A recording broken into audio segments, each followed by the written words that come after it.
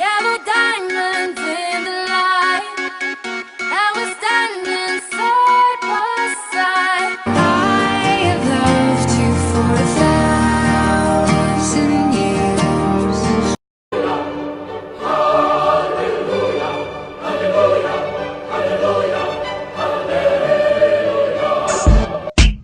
I'm bringing sexy back. Time is very short. My father Capulet will have it so, and I have nothing to slow this clock of pace. You say you do not know the latest nines. Even as the chorus, I like it not. But moderately she weeps for Tybalt's death, and therefore I have little talked of love.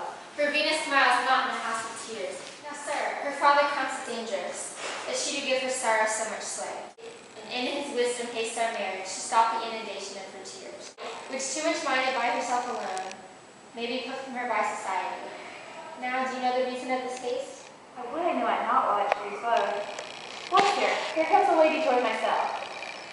Happily met, my lady and my wife. That may be, sir, when I may be a wife. That may be must be on Thursday next. What must be shall be. That's a certain You text. to make confession with his father?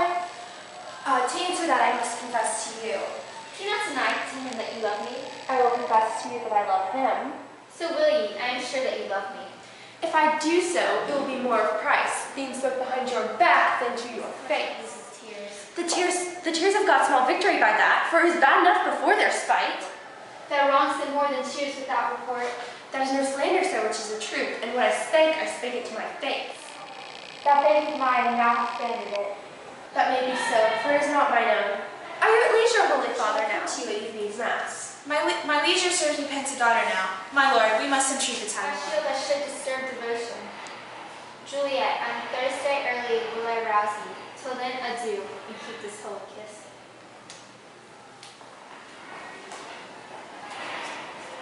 Oh, shut the door!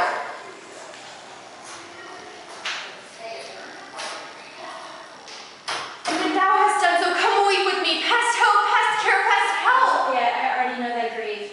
It's strangely past the compass of my wits. I hear thou must, and nothing may prorogue it, on Thursday next be married to this county. Oh, tell me not, for thou hearest this, unless thou tell me how I may prevent it. If in thy wisdom thou canst give no help, do thou but call my resolution wise, and with this night I'll help it presently. God join my heart in Romeo's thou hands, and ere this hand by thee to Romeo sealed, shall be the label to another deed, or my true heart with treacherous revolt shall turn to another, this shall slay them both. For out of long experienced time, give me some present counsel, oh behold, twist my extremes of me, this bloody knife shall play the umpire, arbitrating that, which the commission of thy years and art could to no issue of true honor bring. Be not so long to speak, I long to die, if what thou speakest speak not of remedy. Hold, daughter, I do spy a kind of hope, which craves as desperate an execution as that is desperate which we could prevent.